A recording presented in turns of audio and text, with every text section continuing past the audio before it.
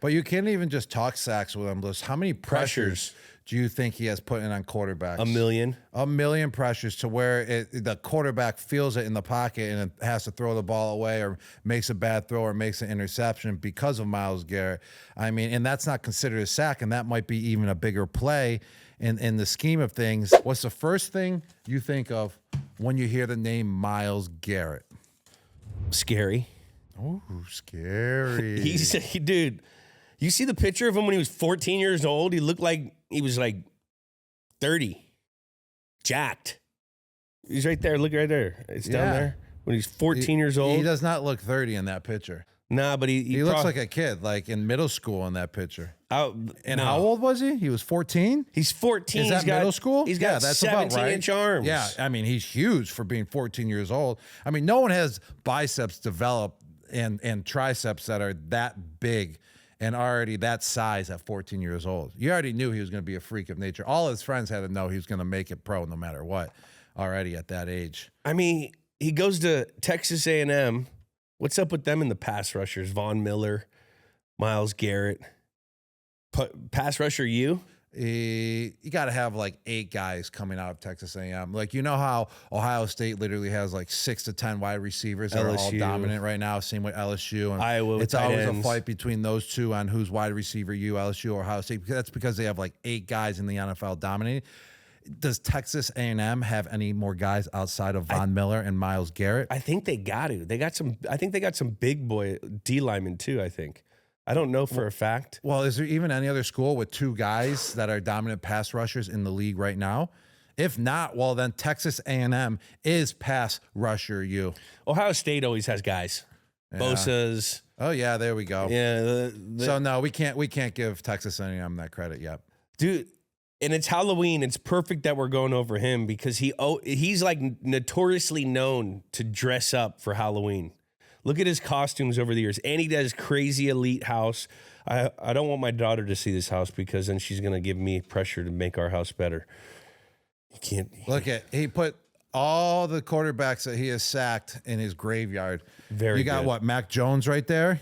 Patriots jersey. You got Joe Burrow right there. Who's number 17 and number 8? Who are those guys? He's got Kyler Murray. Kyler Murray's in that graveyard. Right there in the top right. Number 1 from the Cardinals. All right. You got Lamar Jackson in there. Yes. You got Mahomes in there as well. Oh, is that Mahomes? That is a fucking that 15 awesome red jersey in the back. Yeah, that is Mahomes. It's just all the quarterbacks I think he has sacked. He put in his graveyard. That's pretty legendary. And look at the car. That's like a really cool Halloween. Like, does he? That's when you know you're rich. Halloween status symbol. He just went to a junkyard and got like a disastered car. Putting in the graveyard everyone that you sacked. This guy is Mr. Halloween. That's because he's the scariest player to block on the field, Julian. Did you have to block him? I actually never blocked Myles Garrett, and I was just talking about this with Kyler. Shout out to Kyler about how I blocked so many of the legendary pass rushers still in the NFL today that are all established. Like you name them, name a couple big time pass rushers. Right? Just Joey Bosa, who's on the Buffalo Bills. Never blocked Nick Bosa. He was the only other one. Go, keep naming. Bonito's a young buck, like super young. I'm talking established guys that everyone knows their name. Von Miller, plenty of times. Who else? Aaron Donald, plenty of times. Faced him plenty of times. And you never got Myles Garrett? Never faced TJ Watt? TJ Watt faced him plenty of times. JJ Watt? JJ Watt. Hutchinson, he's young buck. Young buck. Yeah, I was retired when he Brian came Burns? Yeah, I faced him when he was on Carolina when I was in Tampa. And he's a young buck, though. Max Crosby went against him. But Myles Garrett, he played while I was playing. That's one of the only pass rushers in the league right now that's very established that I never went against. And I'm kind of glad I never did. Dude. Yeah, I am super glad. I wouldn't want to go versus him. Why? He looks like he's not human. You want to know what's wild about Myles Garrett is just how big he is, how muscular he is. Usually those guys are dense, and you could tell that they're dense. He's very functional with how big he is. He's very fluid, with his strength.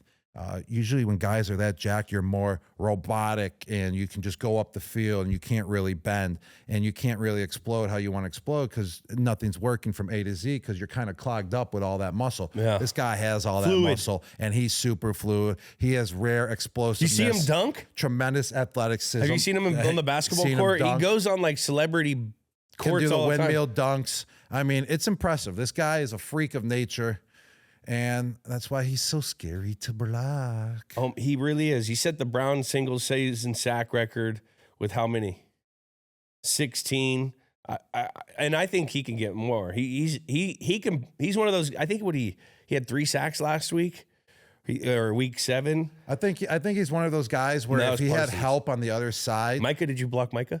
I played versus Micah his very first game of his career when he was on the Dallas Cowboys. It was my last season with Tampa Bay, so I won against him. Okay. Yeah, so I won against that new era of pass rushers. You know what's also been really cool about Myles Garrett? You've seen his growth as a player. I mean, this was the guy who took another guy's helmet off and almost beat him with it, Mason Rudolph.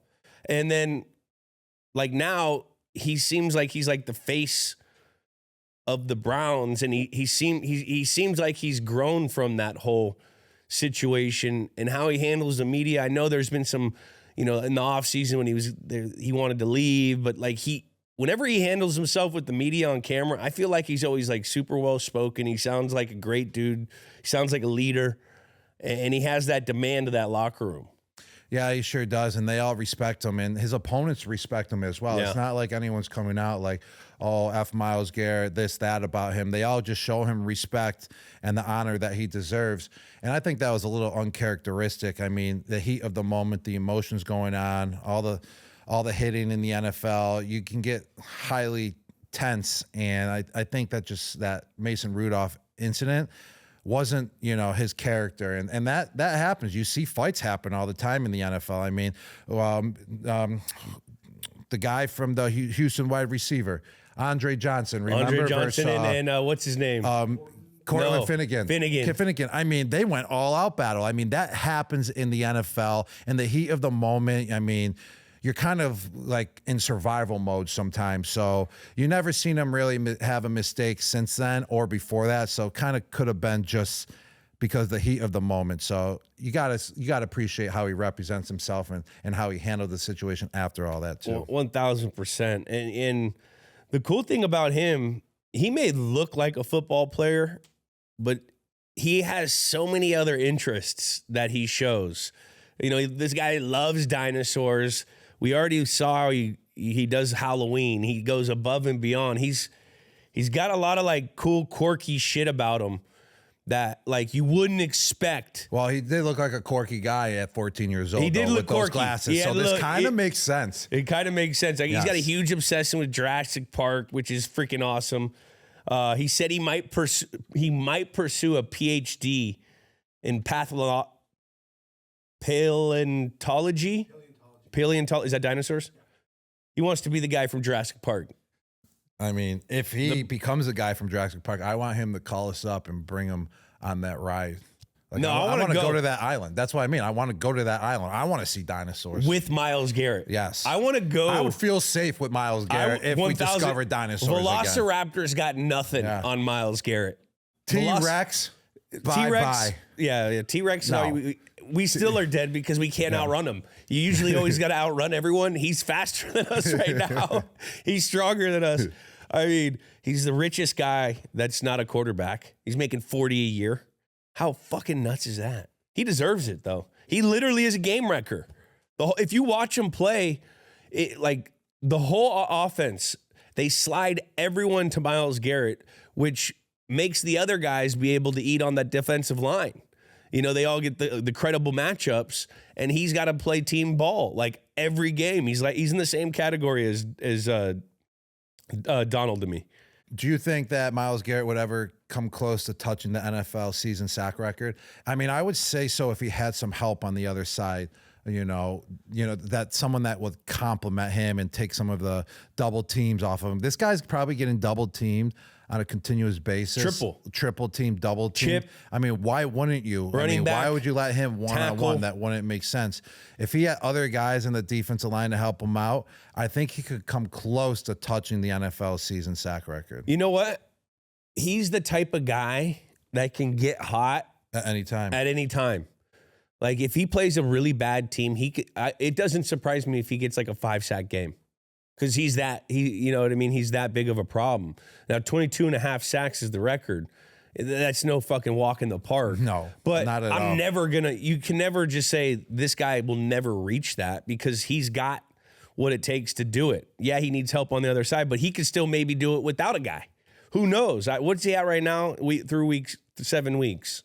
He's at 5 right now through, you know, he'll get it going. But you can't even just talk sacks with him, Bliss. How many pressures do you think he has put in on quarterbacks? 1 million. 1 million pressures to where the quarterback feels it in the pocket and it has to throw the ball away or makes a bad throw or makes an interception because of Myles Garrett. I mean, and that's not considered a sack, and that might be even a bigger play in the scheme of things, even though he didn't get a sack. I'm already thinking about, like, when we get Myles Garrett to come on Dudes, he's probably going to go over like a dinosaur specialist. Like, that's the guy he's going to talk about. He's not even going to talk about a football player. He's going to talk about literally like some pathological, or what is it? Paleontologist, dinosaur doctor. He's going to talk about a dinosaur doctor. And then I would ask him, like, what type of dinosaur would Julian be and what type of dinosaur I would be. Because I already know what type of dinosaur I am. I'm Gronkosaurus. Yeah. What are you, Jules? What would you say? I'm Edelsaurus. Edelsaurus. No, you're not. You're Edelrex.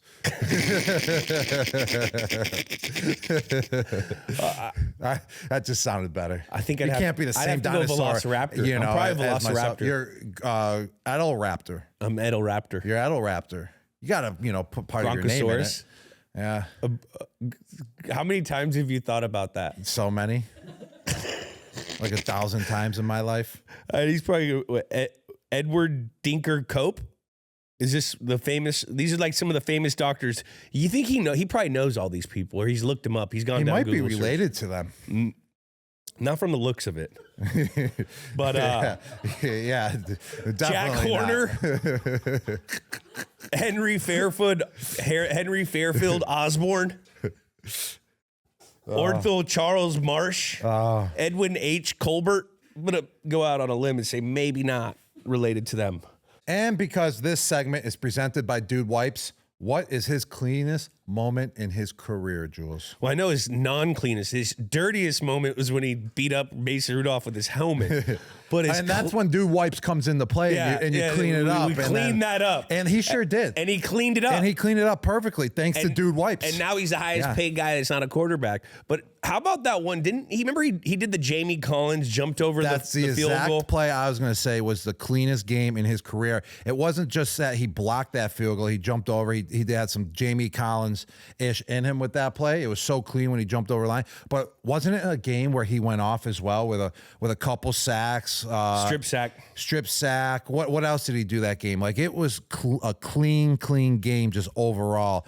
And then the field goal block was just gravy on top. That's 1,000% his Dude Wipes cleanest moment for sure. Time. What kind of dude is Myles Garrett? I mean, this is the easiest of all easy. It really is. I mean, being that size, that fast, that explosive. He's got all of it in it. Seems like that big of a Halloween enthusiast. You know what he is. On 3, 1, 2, 3, freak.